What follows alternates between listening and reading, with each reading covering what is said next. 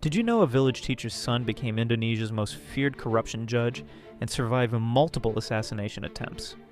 Artijo Alcostar grew up poor in rural Java, the son of a humble educator. In 2005, he was appointed to Jakarta's anti-corruption court and discovered something shocking. Judges were taking millions in bribes to free corrupt politicians.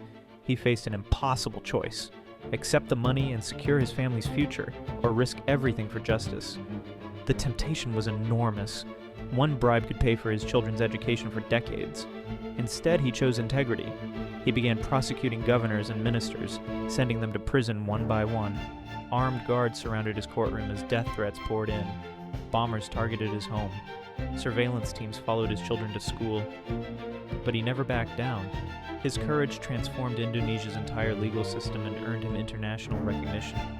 Sometimes one person's integrity can change a nation.